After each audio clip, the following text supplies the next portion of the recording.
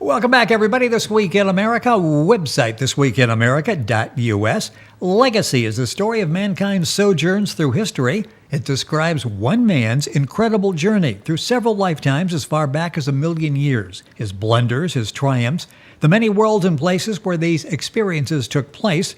5 episodes, a 1,000,000-year-old romance, space battles, intrigue, interdimensional scientific and spiritual principles of life, today's false religious beliefs, and other secrets exposed in detail. It's described as a must-read for every truth seeker, a novel 30 years in the making. The Legacy series is authored by Robert Maxxim, and it's his incredible journey through several lifetimes as far back as 1,000,000 years. As a child, Robert witnessed several sleep-time visits to other worlds, witnessed countless alien craft. These experiences continue to date in both wake and sleep states. Robert has spent over 40 years studying science, religion, and the science of life. He lives and works in Illinois in the field of information technology, and he's back with us. Robert Maxxim, author of the critically acclaimed Legacy series, on today's This Week in America. Robert, welcome to the program. It is always a pleasure to have you back with us. Thank you for having me on board. Appreciate it. Well, I went through all of that in the introduction. If you're watching for the first time and like, wow, this sounds like fascinating stuff, go to our website, thisweekinamerica.us, and you can go to YouTube and iTunes, listen, watch the programs that we've done, a number of them with Robert. And you go to his website, which is rgaetan, GAETAN.com, and pick up some of that same information. The fascinating programs. And we've got some questions that have come in from listeners and viewers, and we have many. And if you have a question for Robert, just go to the website, thisweekinamerica.us, viewer question area there. Just let us know, and we'll be happy to talk about it on the program. In the Legacy series, Bill Sullivan is the lead character that we've talked about before. In episode 1, we have a viewer that says, Maylen calls Bill Sullivan by another name. I think I'm pronouncing this right, Roshan, Roshon. Why and who is Roshan? Well, simple answer. I am Roshan, but another lifetime. Roshan is one of Bill Sullivan's many lifetimes. As a matter of fact, what Maylen is trying to do in the first episode is not call him by his name Bill, but by his past life name, which was Roshan. And she's doing this to try to wake him up, to get him to realize and remember some of these past lives. So throughout all the 5 episodes, this is what Maylen is helping him do. Remember who was Roshan in Mars, in Lemuria, in Atlantis, even before then, in Egypt, and many other places where they were together. So slowly he begins to realize, Maylen is doing this to make me remember. And he begins to get some visions of these past lives and begins to work with his character, Roshan. And again, the importance of remembering a past life is for medicinal reasons only. So Bill had to see these past lives in order to heal his spirit and be able to evolve forward in his spiritual evolution. Now that brings up so many questions. You are Bill Sullivan. You are Roshan. How many names can you recall that you have been through these lifetimes? Many that are known, others that are not registered in history. Fairly far back in history, there were dream visions where I actually was speaking the native tongue of that time. I could understand it. And some of those lifetimes, yes, there were names given, but on other societies, they used no names. They knew you by your feelings, by your spirit. So the naming convention is actually something that we use here to recognize one another, but in other worlds, it is actually not used. Robert Maxxim, our guest on This Week in America, author of the Legacy series. His website is rgaetan, GAETAN.com. UnariusUnited.com is another excellent place to get information. You can link on to both of those by going to our website, thisweekinamerica.us. We're taking questions that we've had since the last program from viewers and listeners. Bill Sullivan envisioned Mars as a floral paradise long ago. What happened to Mars? Because it appears desolate now. What's happened to that? And was that an accurate description that it was a floral paradise from the visions he had from back then? Yes, it was. There was an event between these two planets, both Mars and Earth. There was a war. It was initiated, of course, by Earth. Jealous of Mars, they attacked Mars, and the details will be available in episode number 4. But Earth caused Mars to be destroyed through weaponry. Many thousands of years later, there was an event which is actually recorded on my website. There was a star that went nova, and it passed very close to our solar system. The offset of the two stars coming together, the radiation actually caused Mars to finally get dried up, and Earth actually suffered a huge cataclysm. That's all also documented in episode number 4. But that's what happened to Mars. Mars was a world that actually rivaled in beauty with ours at the time. This is Legacies, I mentioned, a 5-part series. How long has it taken you to document all of this? Because this is all you are. Again, you are Bill Sullivan. How long did it take you to go back, not only recall this, but then record all of this so you could write the series? Or is it an ongoing process? It is actually ongoing. I should have published episode number 3 by now, but I've had to go back because many events in episode number 3 are still coming through, and I'm still going back and adding more and more details to it. Episode number 2 and episode 1, of course, they are complete, but 3, 4, and 5, I'm still adding a lot of material that is fresh. And the series Legacy is available, of course, at Amazon, Barnes & Noble. Information at the website, rgaetan.com. That's rgaetan.com. And at our website, thisweekinamerica.us, you can link on directly. Listener asks, what does Robert Maxxim mean to accomplish with Legacy, personally and for the planet? An interesting question. We spent a lot of time talking about this, talking about these issues, but what is it that you're hoping that people may be entertained by the story? It's thought-provoking, but what do you hope to accomplish by telling your story? Well, writing Legacy helped me discover my past, learn the future, and then be able to share it with the world. The world can learn from these experiences and lessons gathered, as we are meant to share and are connected by these experiences in many ways. We are definitely no strangers to one another because we've met and shared before, and that's what brings us together now. So the purpose of Legacy is to review the evidence, learn how the soul functions, and apply that knowledge positively. Nothing else will ever change this world for the better. It's not the world, but us that must change. And we must then let the world be what it is. And that would answer the second part of the question, and for the planet. If we make it a better place, we all benefit. Yeah, we are making it a better place, but by us being a better place. You can live in any neighborhood, and if they live by certain rules that you might say are not desirable, at least you must represent the best that you can, and you can be a change agent for that neighborhood. So there is no such thing as bad. There is no such thing as good either. It's all relative development and how much you can be the best of yourself so that others, in looking at you, can also learn and change.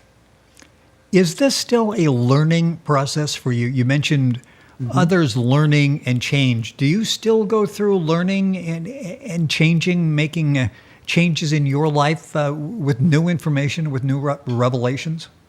Constantly. The answer to the universe is within. And anything you change within is further knowledge of the universe, which is infinite. Creation is infinite, and you never stop learning. Robert Maxxim, our guest on This Week in America. We're talking about the Legacy series, information at our website, thisweekinamerica.us. A listener writes in Legacy, you write at length about reincarnation. We all have different understanding of it. Can you tell us what it is and or how it works? Reincarnation, an interesting topic, and we've sort of touched on it vaguely at the beginning of the program, and with your various identities over the years. Talk about reincarnation. Well, unlike what most people believe, reincarnation is what I would call planned evolution.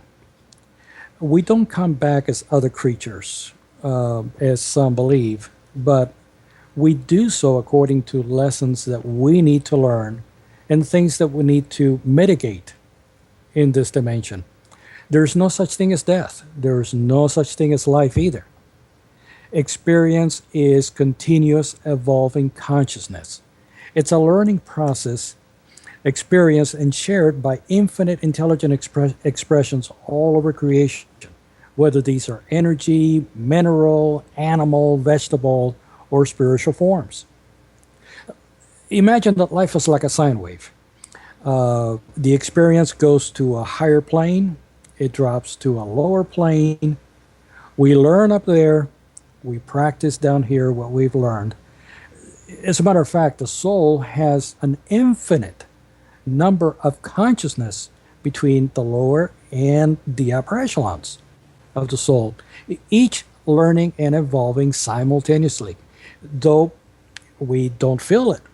Now, many premonitions are, in fact, these conscious planes that come through and, shall we say, talk to you. And some individuals call this a form of channeling, but you must know the spirit in each case, because your past and your negative influences that are around you can also do the same thing. We are born to teach and evolve the physical lower self that we're experiencing today, so that someday we can leave this world behind. Between lives, we prepare for another life and evolve our other consciousness as well. So that's what reincarnation is. It's not that, okay, I am alive now and I am some ghost in another dimension later. No.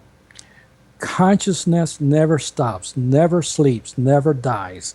It only transitions level. And in many of the experiences that I've had, I have felt that transition. I have felt those different planes of consciousness as I have risen, come back down.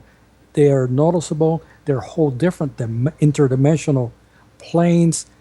But that's what we consider life. So reincarnation is nothing more than going down an elevator to the bottom, and that's where we're at, and practicing what we learn in these higher dimensions in between these physical interactions. And one of these days, you will not have to come back down here again.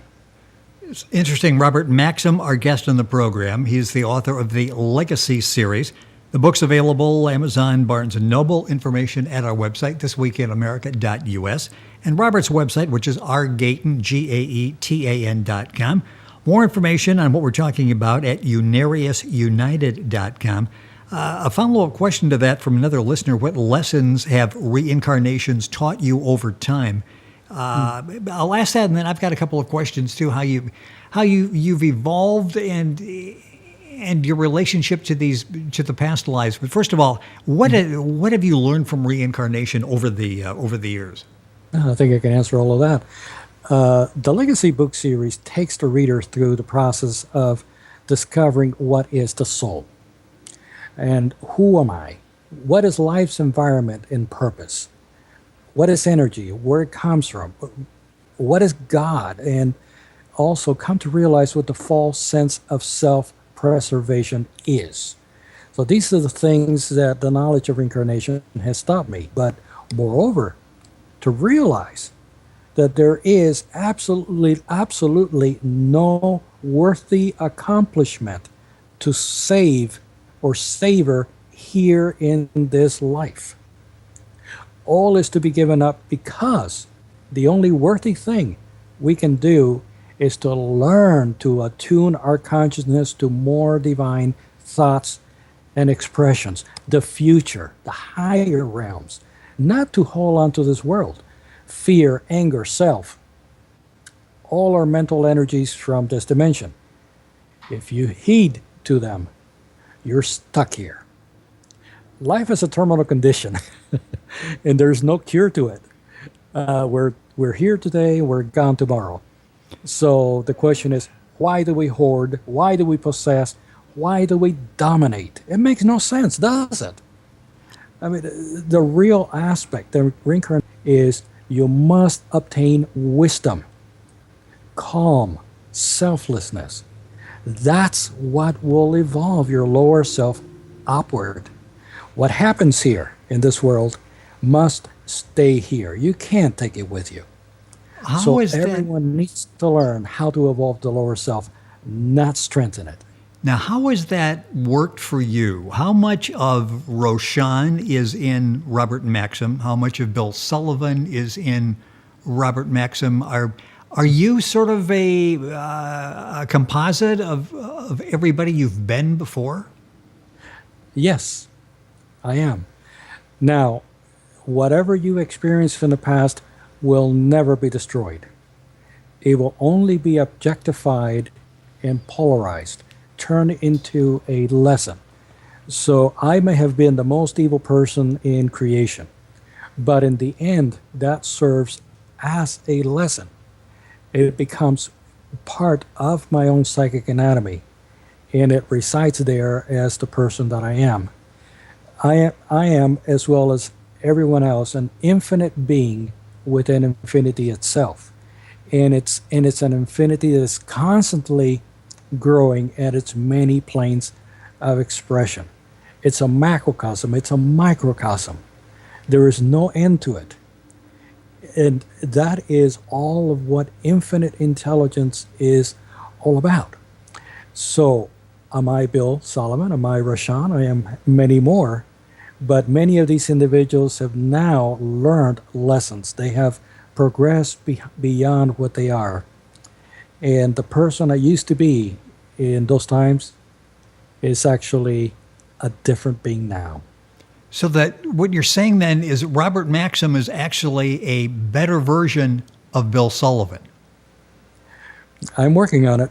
Yeah, okay, or attempting to be a better version, but you take each of these and you sort of build on them with the wisdom that you've been able to accumulate, and what we see is the result in Robert Maxxim, our guest on the program.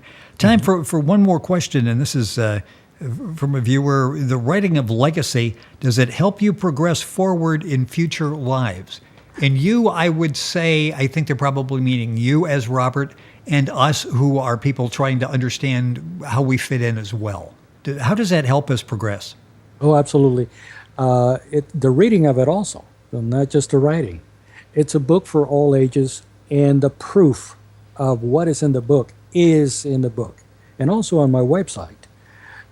Legacy is a gateway to my future, and it can be a gateway for others as well. The works of Dr. Ernest L. Norman, whose words helped to inspire this book, provides even deeper study into the subject. But I feel, had I not taken on the writing of legacy, I would be a different person today. I would not have the knowledge that I have today, because the doing of the writing and being receptive to objectify, work with the material I was seeing, and solidifying it, and then sharing it. By all means, the sharing part, it had to be correct. it had to be as selfless as possible. It had to be not just for me, but for others. It had to be a gateway to other more futuristic studies. So it's a change agent for myself and a way to progress for many. And you're reaching out and touching many people by these appearances on the program. Our guest, unfortunately, out of time. It always goes by so quickly. That's why we will continue to do more. So if you have any questions, just let us know by going to the website or going to Robert's website. The guest is Robert Maxxim. That's Maxxim. We're talking about the Legacy series that's available, Amazon, Barnes & Noble, all the usual places. Also available at Robert's website, which is rgaetan, G-A-E, it's rgaetan.com. Information on some of the topics we discussed today at unariusunited.com. And by going to our website, thisweekinamerica.us, we'll be able to provide the links and get you to Robert's website. Robert, enlightening, informative, educational, as always. Thank you for being with us on the program. My pleasure. Let's do it again. We definitely will do that. So stay tuned. This Week in America, Robert will be with us on the program. And if you have any questions, go to our website, thisweekinamerica.us. Just click on for viewer comments, and we'll be happy to get that question directly to Robert the next time he's on the program. You're listening to This Week in America, website thisweekinamerica.us. More after these messages.